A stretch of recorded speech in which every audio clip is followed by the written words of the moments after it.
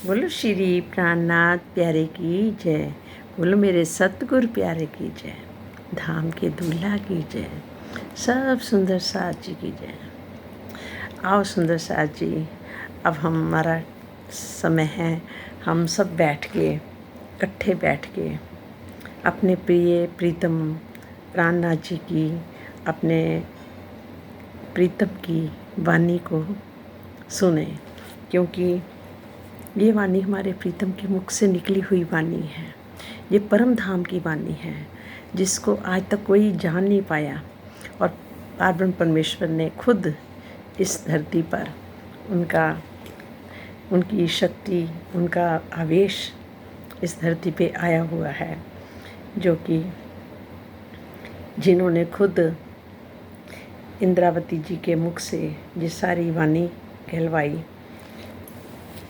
और सुंदर साथ जी, ये वाणी आम वाणी नहीं है, ये वाणी हमारे श्यामा जी के चारों चरण हैं, और उनके ही श्रृंगार का वर्णन, उनका ही वर्णन यहाँ पे किया गया है। और सारे सुंदर साथ जी मिलके हम राज्य के चरणों में बैठ के वाणी को सुनते हैं और अपने भीतर की सुराही को आनंद से, प्रेम से, इश्क से भर लेते हैं। और भरने वाले कौन है? हमारे प्रीतम। कि जब उनके अंदर का आनंद छलकता है तो हमारी सुराही भर जाती है। और सुंदर साथ जी, आज है 5वां प्रकरण श्री सागर जी का, और 101 चौपाई है। जैसे जैसे देखो ये वर्णन हम जैसे जैसे वाणी हम सुनते हैं, ये हमारे को अमृत की तरफ लेके जाती है। और जितना हम संसार में होते हैं वो जहर है, और परमात्मा की तरफ, पारब्रह्म परमेश्वर की तरफ अगर हम जाते हैं, उनकी वाणी को सुनते हैं, उनके आनंद को महसूस करते हैं, उनके होने का आभास होता है, तो ये हमारे लिए अमृत है। बस यही फ़र्क है। कहते जिन्हों याद रिया वो तर गया, जेड़ा भुल गया वो डूब गया। बस वही स्थिति है। अपने आप को हमें अपनी स्थिति का महसूस करना चाहिए कि हम कौन हैं, कहाँ से आए हैं, कहाँ हमें जाना है, कौन हमारा प्रीतम है। ये पहचान करने के बाद फिर इस वाणी का आनंद अलग ही है। इसमें से ऐसे लगता है जैसे हम अपने प्रीतम के साथ विराजमान हो गए हैं, बैठ गए उनके चरणों में और सुन रहे हैं। पिया जी हमारे को अपनी प्रेम से, इश्क से भरी हुई सुराही हमारे अंदर उडेल रहे हैं।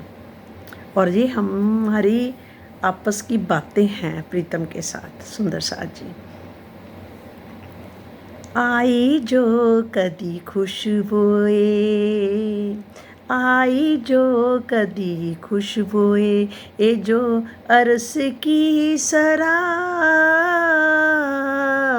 इन मद के चढ़ाव से देवे तब ही उड़ाए ख्वाब। कहते आई जो कदी खुशबुए, ये जो अरस की शराब, ये अरस की शराब है, इसकी खुशबू कब जो आई है, कहते हैं कि जब कभी किसी ब्रह्म सृष्टि को परम धाम के प्रेम की सुगंध मिल जाती है, जब किसी ब्रह्म सृष्टि को परम धाम की प्रेम की सुगंध मिल जाती है, तो उसे इतना अधिक आनंद प्राप्त होता है कि उसकी दृष्टि में उस स्वप्न में शरीर और ब्रह्मांड का अस्तित्व नहीं रह जाता, और वह इनके मोह से परे हो जाती है। कहते हैं कि यद्यपि इस चौपाई के चौथे चरण का बाहरी अर्थ इस स्वप्न में शरीर को त्याग करना है। कहते हैं यद्यपि इस चौपाई का चौथा चरण क्या है? देवे तभी उड़ाए ख्वाब, देवे तभी उड़ाए ख्वाब। तो इसका मतलब है कि स्वप्न में शरीर और ब्रह्मांड का अस्तित्व नहीं रह जाता, अर्थात वह इनके मोह से परे हो जाती है। तो यहाँ की मतलब माया से वो परे हट जाती है, मोह से परे हट जाती है। यद्यपि इस चौपाई के चौथे चरण का बाहरी अर्थ है इस स्वप्न में शरीर का त्याग करना है, किंतु इसका वास्तविक आशय ज्ञान दृष्टि से छोड़ना है। मतलब ये नहीं कि त्याग कर देना, इसको ख़त्म कर देना, नहीं। मतलब क्या है कि बाहरी दृष्टि से, मतलब कि इसको हमें वास्तविक आशय ज्ञान दृष्टि से छोड़ना है। ज्ञान दृष्टि से इसको हमें छोड़ना है, ज़्यादा इसमें फंसे नहीं रहना। आज लगे ढांपे आ रहे आ, हक्के मोहर करी तिन पर, सो अछूत प्याला फूल का, सो अछूत प्याला फूल का, हक्के खोल दिया मेहर कर, हक्के खोल दिया मेहर कर। कहते हैं कि आज दिन तक परम धाम का ये प्रेम रूपी प्याला छिपा हुआ था। आज तक किसी को नहीं पता था कि पारब्रह्म परमेश्वर कौन है और कहाँ रहते हैं। इतनी बात तो हमने सुनी थी कि पारब्रह्म परमेश्वर ही है, उनकी सत्ता का स्वरूप अक्षर ब्रह्म है, ये सारा ये गीता में भी आता है, पर पहचान नहीं थी वो कहाँ रहते। ब्रह्म सृष्टियों के बारे में भी बड़ा सुना था कि उनकी तो शोभा का वर्णन जो बताया हुआ है सुखमनी साहब के अंदर भी, और भी कई जगह मैंने पढ़ा, तो तब लगता था कि वो ब्रह्म सृष्टियाँ कौन थी। अब पता लगा कि वो हम इस शरीरों के अंदर जो आत्माएं आके बैठी हैं जीव के ऊपर, वो ही ब्रह्म सृष्टियाँ हैं और उनका ही घर है परम धाम। और उन्होंने ही लीला करी थी ब्रज के टाइम, उन्हीं ब्रह्म सृष्टियों ने आईयाँ थी धरती पे, मतलब कि उनका सुरता उतरी थी जीवों के ऊपर, गोपियों के ऊपर, तो उन्होंने ये लीला करी थी। तभी देखो जो बचपन की लीला है कितनी आनंदमय लीला है कृष्ण भगवान की। कृष्ण तो उनके शरीर का नाम था ना, तो जो पार पर लीला किसने अंदर बैठ के करी थी, पारब्रह्म परमेश्वर ने। और कहते हैं ना, आज लगे ढांपे आ रहे। आज दिन तक परम धाम का जो प्रेम रूपी प्याला छिपा हुआ था और धनी के देश से इस प्रेम रूपी प्याले का मुख बंद था। पहले तो इसका मुख ही बंद था, जब असली चीज़ ही नहीं अंदर गई। तो जिस प्रेम रूपी आनंदमय प्याले को आज दिन तक कोई छू भी नहीं सका था, उसे धाम धनी ने अपनी कृपा से सबके लिए सुलभ कर दिया। अब तो सबके लिए सुलभ है, कोई भी प्याला पिए उसको अमृत मिलेगा ही मिलेगा, उसके अंदर अमृत आएगा ही आएगा। तो इसलिए उन्होंने बोला कि आज दिन तक परम धाम में ये प्रेम रूपी प्याला छिपा हुआ था और धनी के देश से प्रेम रूपी प्याले का मुख बंद था। पहले जो प्रेम रूपी जो प्याला था बंद था, जिस प्रेम रूपी आनंदमयी प्याले को आज दिन तक कोई छू भी नहीं सका था, उसे धाम धनी ने अपनी कृपा से सबके लिए सुलभ कर दिया। चाहे कोई जीव है चाहे कोई है, हर एक के लिए उन्होंने सुलभ कर दिया। जो भी इस प्याले को पिएगा वो आनंद में आनंद मगन हो जाएगा, उसको मुक्ति निश्चित ही है। प्रेम का मूल स्तोत्र अक्षरातीत है। प्रेम का मूल स्तोत्र कौन है, कहाँ से प्रेम आया, तो वह है अक्षरातीत, जिसको बोलते हैं उत्तम पुरुष। गीता में बोला गया उत्तम पुरुष अक्षरातीत। और जब संसार में तारतम ज्ञान था ही नहीं, जब पहले तारतम ज्ञान ये आया ही नहीं था, उतरा ही नहीं था, तो किसी को भी परब्रह्म के धाम स्वरूप और लीला का ज्ञान कैसे हो सकता था। ये तो खुद उन्होंने इस आके, जबकि ब्रज के टाइम की उन्होंने अपनी मतलब साहिबी नहीं बताई थी। इस जागनी ब्रह्मांड में अब जो आए हैं, अब उन्होंने सारी अपनी साहिबी दिखा दी, अपने घर के भेद खोल दिए, अपने घर के दरवाजे खोल दिए। और अब उन्होंने पूरे परम धाम का पूरा 25 पक्षों का वर्णन उन्होंने कर दिया, एक एक दरवाजे का, एक एक झरोखे का, एक एक वृक्ष का, एक एक गलियाँ, मतलब कि जो चौबारे, जो मतलब कि ऊपर की जो चांदनी छतें हैं, और वहाँ के वर्णन एक एक चीज़ का, मतलब परम धाम का उन्होंने वर्णन करा है। और वहाँ के कण कण का वर्णन कर दिया उन्होंने इस वाणी के द्वारा। और कहते हैं कि आनंदमय प्याले को आज दिन तक कोई नहीं पी सकता। प्रेम का मूल स्तोत्र अक्षरातीत है। जब संसार में तारतम ज्ञान था ही नहीं था, तो किसी को भी पर ब्रह्म कि धाम, स्वरूप और लीला का ज्ञान कैसे हो सकता था। ऐसी स्थिति में किसी के भी पास परम धाम का प्रेम होना संभव ही नहीं था। यही कारण है कि इस चौपाई में प्रेम रूपी प्याले के मुख को बंद किया हुआ तथा अनछुआ कहा गया है। यद्यपि संसार में बड़े बड़े जोगी, जति, तपस्वी, सिद्ध, भक्त हो चुके हैं, किंतु उनका प्रेम कहाँ तक था? वैकुंठ तक था, निराकार और बेहद तक ही सीमित था। परम धाम के प्रेम की झलक उनमें से किसी से भी प्राप्त नहीं हो सकी, किसी को भी प्राप्त नहीं हो सकी थी परम धाम का वर्णन। और लोग क्या कहते थे, ये व्रत रखो तो तुम कहाँ जाओगे? स्वर्ग में जाओगे, विष्णु लोक में चले जाओगे। अब ब्रह्म सृष्टियों से कोई पूछे, इस ज्ञान के बाद, तारतम ज्ञान के बाद कोई ब्रह्म सृष्टियों को पूछे, क्या तुम विष्णु लोक में जाओगे, क्या तुम स्वर्ग में जाओगे? वो कहेंगे नहीं, हमें जो ना स्वर्ग चाहिए ना विष्णु लोक जाएंगे, हम तो उस परम धाम के हैं, पारब्रह्मेश्वर की अंगनाएं हैं, हमारा वही घर है, हम तो वहीं जाएंगे। उनकी सुरता हमेशा वहीं लगी रहती है ब्रह्म सृष्टियों की। उनको इन ब्रह्मांडों से कोई मतलब नहीं है, ना कोई स्वर्ग लोक से मतलब, ना कुछ। अब लोग कहते हैं, कई लोग ऐसे भी कहते हैं हम शिव जी की पूजा कर रहे हैं, हम उसकी पूजा कर रहे हैं। हाँ, कर रहे हैं, पर वो किसको मान रहे हैं? हम उस घर के हैं, हम उस घर के हैं जिस घर को शिव मानते हैं, विष्णु मानते हैं, और सब देवी देवता भी उनकी पूजा में मस्त हैं, और जिनको इस ब्रह्मांड के लोग मानते हैं। पर क्या है, वो उस परम धाम की, उन ब्रह्म सृष्टियों की पूजा करते हैं, उन ब्रह्म सृष्टियों को मानते हैं, उस पर ब्रह्म परमेश्वर अक्षरातीत को मानते हैं, और वो उनके ध्यान में बैठे हैं। तो मतलब कि ये यहाँ से फ़र्क पता लगता है। एको पिया एक पीवत है, एको पिया एक पीवत है, एक प्याले पीमेंगे, खोलिया दरवाजा अरस कहा, वास्ते अरसर बाहों के। कहते एको पिया एक पीवत, धाम धनी ने ब्रह्म सृष्टियों के लिए परम धाम के प्रेम का दरवाज़ा खोल दिया है। हमारे धाम धनी ने, सच्चिदानंद ने, अक्षरातीत ने ब्रह्म सृष्टियों के लिए, जो ब्रह्म सृष्टियाँ आई हैं, वैसे उनके लिए तो दरवाज़ा खुला ही हुआ है। वो तो वहीं बैठी हुई हैं, उनके मूल तन तो वहीं बैठे हुए हैं, जहाँ तो सिर्फ सुरता आई है। तो कह रहे कि उन्होंने परम धाम के प्रेम का दरवाज़ा खोल दिया है, और कुछ अंगनाएँ आत्माओं ने प्रेम के प्याले को पी लिया है। कईयों ने तो बिल्कुल वो प्याले पी लिए हैं, मतलब उनकी सुरता वहाँ पर लग चुकी है। कुछ पी रही है और कुछ पीने वाली है, कुछ पी रही है, कुछ पी चुकी है, कुछ पीने वाली है, और कुछ पी रही है। यद्यपि इस प्रेम रूपी प्याले का रसपान करने का सौभाग्य सबको प्राप्त है। देखो क्या कहा गया है कि इस प्रेम रूपी प्याले को जो सौभाग्य है वो सभी के लिए है, सभी पी सकते हैं, किंतु केवल ब्रह्म सृष्टियाँ ही उसकी वास्तविक रसपान, शोभा, श्रृंगार में डूबना कर पाती हैं। जो असली ब्रह्म सृष्टियाँ हैं ना, वास्तविक में वही उस शोभा का श्रृंगार में डूबना चाहती हैं, कर पाती हैं। ईश्वर सृष्टि ज्ञान और भक्ति में लग जाती है। जो ईश्वर सृष्टि है वो किस में लग जाती है?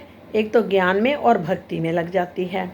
और जीव सृष्टि मात्र कर्म कांड को ही अपना जीवन का आधार समझ लेती है। सिर्फ कर्म कांड कर लिया, छुट्टी। सचमुच यही होता है। और ठीक है, करते हम भी थे पहले, पर अब जाके धीरे धीरे जब समझ आ गई, सब कुछ पता लग गया, तो अब वो चीज़ें धीरे अपने आप सब छूट गई हैं। अब क्या है, कर्म कांडों की तरफ तो ध्यान ही नहीं जाता।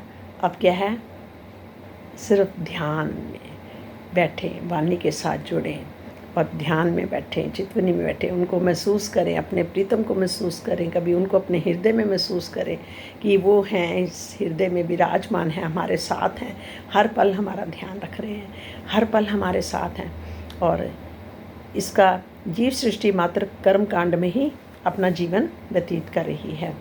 अंग आशिक उपले देख के इत ही रहे ललचाए, जो कदी बैठे गंज में तो क्यों कर निकसे हो जाए। अंग आशिक उपले देख के, कहते धनी के प्रेम में डूबी हुई आत्मा प्रीतम के बाहरी अंगों की शोभा को देखकर पल पल और अधिक आकर्षित होती जाती है, पल पल और अधिक आकर्षित होती जाती है।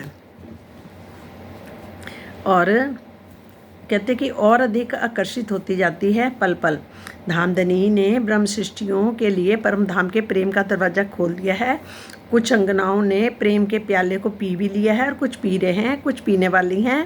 यद्यपि इस प्रेम रूपी प्याले का रसपान करने का सौभाग्य सबको प्राप्त है, सौभाग्य सबको प्राप्त है, किंतु केवल ब्रह्म सृष्टियाँ ही उसका वास्तविक रसपान शोभा श्रृंगार में डूबना कर पाती हैं।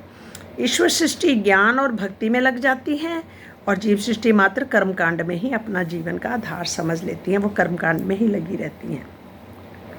अंग आशिक उपले देख के इत ही रहे ललचाए, जो कदी बैठे गंज में तो क्यों कर निकसे हो जाए। अंग आशिक उपले देख के, धनी के प्रेम में डूबी हुई आत्मा प्रीतम के बाहरी अंगों की शोभा को देखकर पल पल और अधिक आकर्षित हो जाती है। कहते हैं अंग आशिक उपले देख के इत ही रहे ललचाए, धनी के प्रेम में डूबी हुई जो आत्माएं हैं वो प्रीतम के बाहरी अंगों की शोभा को देखकर पल पल और अधिक आकर्षित होती जाती है।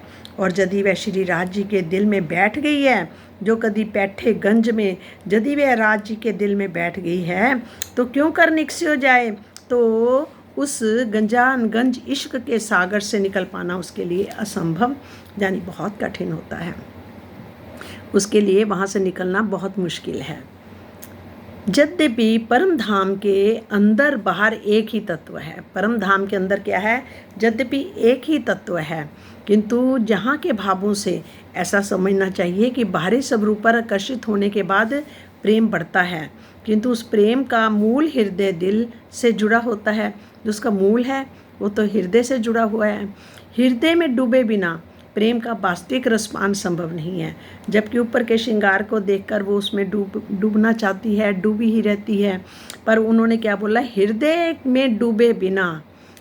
आत्मा को कहा गया कि आत्मा के हृदय में, आत्मा हृदय में डूबे बिना प्रेम का वास्तविक रसपान संभव नहीं है, असली प्रेम का वास्तविक संभव नहीं है। यद्यपि परम धाम में क्या है, वाहिदत होने के कारण श्री राज जी किसी भी बाहरी अंग की शोभा को दिल में बसाकर बैठाने मार्फत की अवस्था को प्राप्त किया जा सकता है। उन्होंने क्या बोला, यद्यपि परम धाम में वाहिदत होने के कारण, किस वाहिदत है वहाँ पर, सब राज्य का ही स्वरूप है और राज्य के किसी भी बाहरी अंग की शोभा को दिल में बसाकर बैठाने जाने मार्फत की अवस्था को प्राप्त किया जा सकता है। मतलब एक अंग को भी अगर बैठा लिया तो धीरे धीरे उसको सब कुछ दिखना शुरू हो जाएगा, क्योंकि उसकी नज़र टिकनी शुरू हो गई है, तो धीरे धीरे उसको सब कुछ दिखाई देना शुरू हो जाएगा। सुंदर साथ जी, बसाकर बैठाने की अवस्था को प्राप्त किया जा सकता है, किंतु जहाँ छुपाई का भाव ये है, कभी भी धनी का दीदार होने के पश्चात, क्या बोला, कभी भी धनी जी का दीदार होने के पश्चात अपने प्रेम की झोली बंद नहीं कर देनी चाहिए। यानी कि दीदार हो गया तो झोली बंद कर दो, बस मेरा दीदार हो गया, मेरा काम हो गया, कहते नहीं, बल्कि उनकी शोभा को पल पल दिल में बसाते हुए अपनी प्यास बढ़ाते रहना चाहिए। मतलब धीरे धीरे उनकी शोभा को पल पल देखते रहना चाहिए और धीरे धीरे उनकी शोभा को अपने अंदर बसा लेना चाहिए, अपनी प्यास को बढ़ाते रहना चाहिए और धनी के दिल में डुबकी लगाकर, धनी के दिल में डुबकी लगाकर सर्वोच्च मंजिल को प्राप्त करने का प्रयास करना चाहिए। और इस छुपाई के दूसरे चरण में ललचाने का तात्पर्य और अधिक आकर्षित होने से है। ललचाने का तात्पर्य क्या है, और अधिक आकर्षित होना, मतलब और आगे देखें और उनके 25 पक्षों में धीरे धीरे डुबकियाँ लगाएं, धीरे धीरे वहाँ के एक एक कण को हम देखें और धीरे धीरे प्यास बढ़ती रहनी चाहिए। उसे देखने को बारंबार इच्छा होती है, इसी को इस छुपाई में ललचाना कहा गया। मतलब हमारे अंदर एक लालच, उनके दर्शन का हर पल रहना चाहिए, महसूस करते रहना चाहिए। हस्त कमल को देखिए तो अति खूबी कोमल, ये छोड़ आगे जाए न सके जो कोई आशिक दिल, जो कोई आशिक दिल। यदि श्री राज जी के हस्त कमल हाथों को भी देखा जाए तो अगर उनके हाथ भी दिखने शुरू हो जाएं सुंदर साज जी, तो क्या कहा है, उनकी विशेषता है कि ये बहुत अधिक कोमल है, हाथ भी उनके बहुत कोमल हैं। जिस आत्मा के दिल में धनी के लिए प्रेम भरा होता है, जिस आत्मा के दिल में, किसके, आत्मा के दिल में धनी के लिए, अपने प्रीतम के लिए, अपने दूल्हा के लिए प्रेम भरा होता है, तो वह सौंदर्य से भरपूर इन कोमल हाथों का दीदार छोड़कर अपनी दृष्टि और कहीं भी नहीं कर सकती। मतलब कि अगर हाथों को देखने लग गई है या चरणों को देखने लग गई है तो उसी को ही देखती रह जाएगी, वो आगे बढ़ ही नहीं पाएगी। आगे आता है, नखी अंगूरियां निरखते मुंदरियां ती झलकत, ए रंग रेखा क्यों छूट ही आशिक चित गलित। नख उंगुरियाँ निरखते मुंदरियाँ आती झलकत। श्री राज जी के नखों और उंगलियों की शोभा को देखने पर नूरमयी आभा से झलकती हुई मुंदरियाँ जो हैं वो दिखाई देती हैं। मुंदरिकाएँ बोलते हैं जो हम उंगलियों में पहनते हैं, और जो अंगूठे में पहनते हैं उसको बोलते हैं अंगूठी। कहते धनी की शोभा में जिसका चित्त गलतान लीन हो गया हो, उससे हथेलियों की सुंदरता तथा रेखाओं के प्रति आकर्षण नहीं छूट सकता। अगर वो हाथ कोई देखने लगी हथेली को तो उसकी लकीरों को ही देखती रह जाएगी, और हाथ इतने कोमल है कि उसी को ही महसूस करती रह जाएगी, आगे बढ़ ही नहीं पाएगी। मतलब कि उनकी इतनी शोभा है। नख अंगुरियाँ निरखते मुंदरियाँ आती झलकत। कहते पहुँची बाहें बाजू बंद दो निरखत नी के कर, एक नग और फुंदन चुभ रहत हैड़े अंदर, चुभ रहत हैड़े अंदर। श्री राज जी की बाहों में क्या है, पहुँची और बाजूबंद। उनके हाथों में, बाहों में क्या पहना हुआ है, पहुँची पहनी है और बाजूबंद। जहाँ पर बाजूबंद पहनते हैं और जहाँ हाथ इस पे पहुँची है। जब इन्हें आत्मिक दृष्टि से प्रेम पूर्वक अच्छी तरह से देखा जाता है तो उनमें जड़े हुए नगों और फुंदनों की शोभा हृदय में ही चुभ जाती है। उनके जो फुंदन लटक रहे होते हैं उसकी शोभा में ही डूब जाती है, और उनमें जड़े हुए नगों को और ही देखती रह जाती है, फुंदनों की तरफ ही देखती रह जाती है। और उनके नगों में से जो प्रकाश निकलता है आसमान की तरफ जा रहा होता है, चारों तरफ फैल रहा होता है, तो उसी को ही देखती रह जाती है। प्रकाश की तरफ तो नज़र तब जाए ना जब उसमें से उनकी नज़र निकले तो, और उनकी नज़र तो उन्हीं के अंदर ही, हथेलियों में जो बाजूबंद पहने, हाथों में बाजू में, और जो वो पहने आगे की तरफ, बाजुओं के बाजूबंद और हाथों के पंजों का पहुंचा पहना जाए, मतलब उसको पहुंचे को बोलते हैं। तो वो उनकी तरफ ही देखती रह जाती हैं। सुंदर सा जी, हृदय कमल अति कोमल, हृदय कमल, कमल के समान जो हृदय है अति कोमल, देख इन स्वरूप के अंग, जो आशिक कहावे आपको, क्यों छोड़े इनको संग, क्यों छोड़े इनको संग। धाम धनी के बक्षस्थल हृदय कमल बहुत ही कोमल है, और श्री राज जी के इन अति सुंदर अंगों को देखने के पश्चात जो भी सुंदर साथ स्वयं को धनी के आशिक कहते हैं, इस अलौकिक शोभा से कभी भी दूर नहीं होना चाहते, उससे दूर ही नहीं रहना चाहते, क्योंकि सुंदर अंगों को देखने के पश्चात जो सुंदर सा स्वयं को धनी की आशिक कहते हैं, जो अपने आप को आशिक कहते हैं, वो इस अलौकिक शोभा से कभी भी दूर नहीं होना चाहेंगे। वस्तुतः बक्षस्थल के में हृदय कमल का निवास माना जाता है। कहते बक्षस्थल पर ही हृदय का निवास माना जाता है, जहाँ बाहरी अंगों की शोभा का वर्णन हो रहा है। अभी किसका वर्णन हो रहा है? बाहरी अंगों का। इसलिए जहाँ हृदय कमल का तात्पर्य बक्षस्थल छाती के सौंदर्य के लिए जाएगा, आंतरिक हृदय से नहीं। अभी आंतरिक हृदय की बात नहीं हो रही, बाहर की बात हो रही है। इस चुपाई से ये स्पष्ट होता है कि प्रीतम की शोभा में स्वयं को डुबोने वाले ही सच्चे आशिक हैं, जो स्वयं को प्रीतम के मतलब कि शोभा में स्वयं को डिबोने वाले जो हैं वो आशिक होते हैं, सच्चे आशिक हैं। भजन एवं नाच कूद के माध्यम से स्वयं को आशिक मान लेने वाले सुंदर साथ वास्तविकता से कोसों दूर हैं। जबकि ये बात भी सही है कि कोसों दूर है, पर ऐसी बात भी नहीं है। जिसने इस चीज़ के लिए आनंद ले रखा है वो उसमें उस टाइम वो डूब ही जाता है। उसको ऐसे लगता ही है, जब भजन भी गाते हैं ना, तो भजन गाते गाते बक्षस्थल की बात कर रहे हैं, मुंदरियों की बात कर रहे हैं, तो ऐसा लगता है कि हमारी नज़र उसमें अटक रही है, हमारी नज़र देख रही है, उसको महसूस होता है। और वो भी समय एक अलग ही होता है। वो भी बात आ गई जिसको राज जी ने अनुभव कराना, उनको किसी तरह से भी करा देते हैं। वो बड़े दयालु हैं, बड़े कृपालु हैं।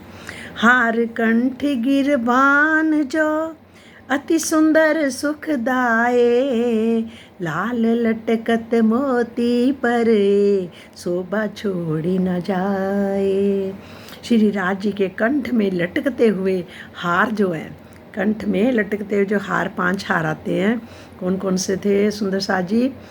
मोती, मानिक, हीरा, नीलवी, लसनिया हैं। हार जामे में गिरवान पर आए हुए हैं, ये बहुत ही सुंदर हैं तथा आत्मा को आनंद देने वाले हैं। इनमें मानिक, लाल तथा मोती के नग से जड़े हुए हैं। आत्मा की नज़रों से ये लौकिक शोभा कभी भी अलग नहीं हो सकती। जिन्होंने जो देख लेते हैं, जिनको दिख जाते हैं, हमें तो खाली भावुक होकर महसूस होते हैं, भावना मतलब भावनात्मक समझ लो, और पर जो देख लेते हैं वो फिर निकल नहीं पाते, उनका ध्यान हर पल वहीं लगा रहता है। मुख स्वरूप अति सुंदर, क्यों कहूँ शोभा मुख इन, एक अंग जो निरखिए, एक अंग जो निरखिए, तो तित ही थके वर्णन। प्राण प्रीतम के मुखरबंद बहुत ही सुंदर है। प्राण प्रीतम का मुखरबिंद बहुत ही सुंदर है, बहुत ही सुंदर है। और मैं उस मुख जीवा से अनंत शोभा का वर्णन कैसे करूं? महामती जी कह रहे हैं कि मैं इस मुख जीवा से अनंत शोभा का वर्णन कैसे करूं? वो साक्षात देख रही है, उसको सब दिख रहा है। यदि धनी के किसी भी अंग को देखा जाए तो आत्मा उसमें डूब जाती है, उसका वर्णन करना संभव नहीं है। परम धाम की वाहिदत में श्री राज जी की सर्वांग सुंदर है, मतलब कि परम धाम की वाहिदत जो है उसमें श्री राज जी का सर्वांग सुंदर है, मतलब कि उनका हर चीज़ सुंदर है, वहाँ की हर पत्ता पत्ता सुंदर है, एक पत्ते की पंखुड़ी भी सुंदर है, सभी में जौहरातों की नग लगे हुए हैं। और क्या कह रहे हैं? यद्यपि किसी भी अंग की सुंदरता को कम या अधिक नहीं माना जा सकता, किंतु इस संसार में जिस प्रकार मुखरबिंद की सुंदरता का सौंदर्य माना जाता है, उसी प्रकार धामधनी के मुख के सौंदर्य का वर्णन किया गया है।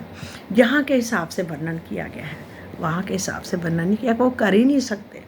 यहाँ के हिसाब से जैसे सुंदर से सुंदर कुछ होता है, उसकी उपमा से उनका वर्णन किया गया है। छवि स्वरूप मुख छोड़ के देख सको न लाके अधर, ए लाल की क्यों कहूँ, जो अमृत अरस अधर मधुर। छवि स्वरूप मुख छोड़ के देख सको न लाक अधर,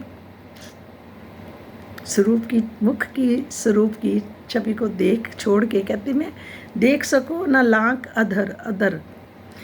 मैं मुखरबिंद की ये लौकिक शोभा को छोड़कर लालिमा भरे होंठों की गहराई के सौंदर्य को नहीं देख पा रही हूँ। कह रही मैं होंठों की गहराई के सौंदर्य को नहीं देख पा रही हूँ। अमृत के समान मधुर मीठे इन लाल होंठों की लालिमा भरे सौंदर्य का वर्णन मैं कैसे करूँ? कहते अभी तो मैं मुख ही देख रही हूँ, उनकी शोभा को नहीं छोड़ पा रही हूँ, तो मैं लाल अधरों को कैसे देखूँ? इस संसार में अमृत को अमरत्व देने वाला कहा गया है। अमृत को क्या कहा है? अमरत्व देने वाला। प्रेम ही जीवन है और प्रेम में ही शाश्वत आनंद समाया होता है। वहाँ का हमारा प्रेम ही जीवन है, हम ब्रह्म सृष्टियों का, और प्रेम ही शाश्वत आनंद समाया हुआ है, इसी के अंदर शाश्वत आनंद समाया हुआ है। होंठों का सौंदर्य प्रेम की वृद्धि करता है। होंठों का सौंदर्य क्या बताता है? प्रेम की वृद्धि। प्रेम की वृद्धि करता है। यही कारण है कि होठों में अमृत की कल्पना रसिक कवियों ने भी की है। इसी भाव के आधार पर श्री राज जी के होठों का अमृतमय और माधुर्यता का सागर कहा गया है। वैसे तो संपूर्ण परम धाम का कण कण ही प्रेममयी, अमृतमयी, आनंदमयी और माधुर्यता का सागर है। वैसे तो कह रहे हैं कि संपूर्ण परम धाम का कण कण भी प्रेममयी है, अमृतमयी है, आनंदमयी है और माधुर्य का सागर है, माधुर्यता का सागर है। पर कहते हैं कि राज्य के होठों का अमृतमय और माधुर्यता का सागर वैसे कहा गया है, पर वैसे तो वहाँ की हर चीज, कण कण, रोम रोम वहाँ का प्रेम का सागर है, माधुर्य का सागर है, अमृतमयी है और आनंदमयी है। ए मुख अधुर लाख छोड़ के क्यों कर बंदंत लग जाए, देत नाम निमूना इत का इन स्वरूपे क्यों समाए। कहते हैं कि मुखरबिंद तथा दोनों अधरों के बीच की गहराई वाला जो भाग है इतना सुंदर है।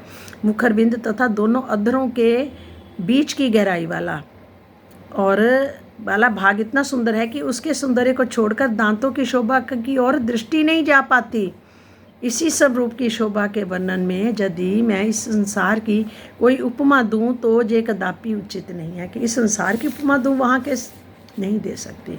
इस चौपाई के दूसरे चरण का अर्थ ये नहीं समझना चाहिए कि दांतों की शोभा कम है और परम धाम में कोई भी वस्तु कम या अधिक सुंदर नहीं है, बल्कि आत्मा अपनी दृष्टि से जिस शोभा को देखती है उसी में डूब जाती है और उससे निकलकर अन्य शोभा को देख पाना बहुत कठिन है। इस दूसरे चरण में यही भाव दर्शाया गया है। जुगल स्वरूप की शोभा श्रृंगार संपूर्ण वर्णन तो मात्र धनी के आवेश से ही संभव हो सकता है। कोई भी आत्मा प्रत्यक्ष देखकर बिना आवेश और आदेश हुक्म के कुछ भी नहीं कर सकते। सुंदर साथ जी क्या बोला कि उनके देश के बिना, उनके हुक्म के बगैर और उनके आवेश के बिना कोई भी आत्मा उनके स्वरूप को नहीं देख सकती।